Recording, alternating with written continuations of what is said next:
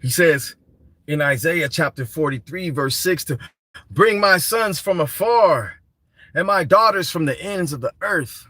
Oh, wow, the ends of the earth. Where could that be? That looks like just like Africa, from Haiti, from Mexico, from the Dominican Republic, from the Puerto Rican islands, the Caribbean, from, oh, to America. Everyone who is called by my name, Isaiah chapter